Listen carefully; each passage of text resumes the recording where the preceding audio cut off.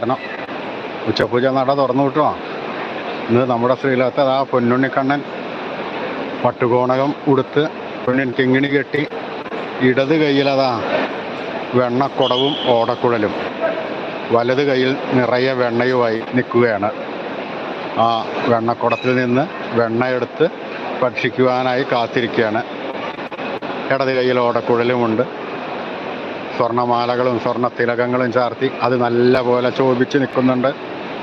സ്വർണ്ണ കിരീടം ചാർത്തി കിരീടത്തിന്മേൽ തിരുമുടിമാലയും വലിയ 2 വനമാലകളും ചാർത്തിയിരിക്കുന്നു. അങ്ങനെ നിൽക്കണ ആ പൊന്നുണ്ണിക്കണ്ണൻ അതാ നമ്മളെല്ലാവരും മനസ്സിൽ വിചാരിക്കുക. ആ മനസ്സിൽ വിചാരിച്ച ഒരു നിമിഷം കണ്ണടച്ച് നിൽക്കും.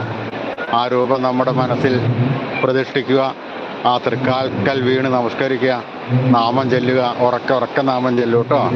ആ കണ്ണൻ്റെ അനുഗ്രഹം നമുക്ക് എപ്പോഴും ഉണ്ടാകുന്നതാണ്. ഹരേ ഗുരുവായൂരപ്പ.